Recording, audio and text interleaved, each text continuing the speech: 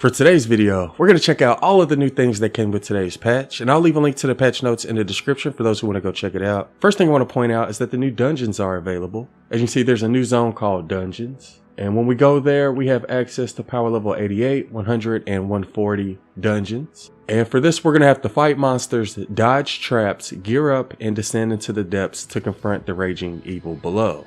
And there are quite a few new dungeon event quests. I'm going to go ahead and scroll over each to show you the rewards that we get from them. It's like we get a lot of candy as well as some gold, more candy as well as a banner. And those are all of the dungeon quests and rewards that are currently available. And I think we'll stream the dungeons later on today. The new Mythic Storm King is also available. In order to get access to him, you're going to have to first complete the Storm King quest. And the first quest you'll have to complete is killing 2 epic mini bosses in the power level 140 zone. And I think we'll try to get some gameplay of this new Mythic Storm King next. And when you kill the Mythic Storm King, you'll earn the chance to get one of the new mythic weapons. And those weapons include an assault weapon called the Storm King Scourge. And here's what the assault weapon looks like up close. You also have Storm King's Onslaught, which is a pistol. And here's what the pistol looks like up close. You also have Storm King's Wrath, which is an explosive weapon. And here's what that looks like. It almost looks like the Storm King at the end of it. But yeah, there's the new mythic explosive weapon. You also have Storm King's Ravager, which is a sword. I'll go ahead and spin this around as well. And the last weapon you can get is called Storm King's Fury, which is a hardware melee weapon. And it looks exactly like the pickaxe that we got from Battle Royale. But yeah, those are all of the mythic weapons that are currently available, and we'll try to review all of these as quickly as possible. Also, there's going to be a new weapon added to the weekly store later on tonight called the Dirge Song. And this fires light ammo in 9 round bursts. It deals moderate damage and heavy impact with moderate recoil. And there's also a new black metal weapon called the Husk Grinder, which is an axe. And it deals moderate damage with heavy impact that harbors a devastating maelstrom attack.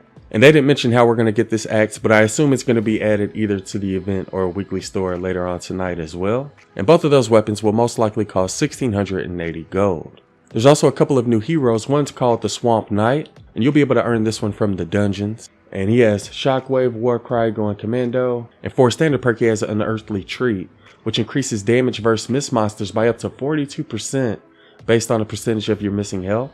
And his commander perk also increases damage versus miss monsters. And it also has a 45% chance to conjure a phantasm. There's also a new ninja called Mermonster Ken, and you'll be able to earn him by exploring dungeons as well. And he has Crescent Kick, Smoke Bomb, and Kunai Storm. And for a standard perk, he has From the Depths, which increases your melee damage by 44% based on your missing health. And for his commander perk, it increases your melee damage and also gives you a 60% chance to conjure a phantasm. So you'll be able to get both of those heroes from the dungeons, and that's what both of the heroes look like before you upgrade them. There's also a Battle Breakers crossover. When I first logged in, I got this gift, which allows you to use this hero in the Battle Breakers game. There's some quests you'll have to complete in order to unlock Save the World content in Battle Breakers. And if you reach level 20 in Battle Breakers, you'll unlock Razer and Save the World. So that's how you get the new Razer hero.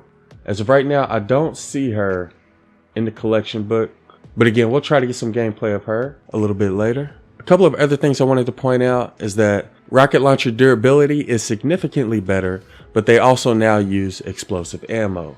And most launchers now use explosive ammo, which costs 2 resin, 15 blast powder, and 10 nuts and bolts. And there's also a couple of launchers that use large number of energy cells instead, like the Deatomizer 9000's one of them, as well as the Dessa Blaster.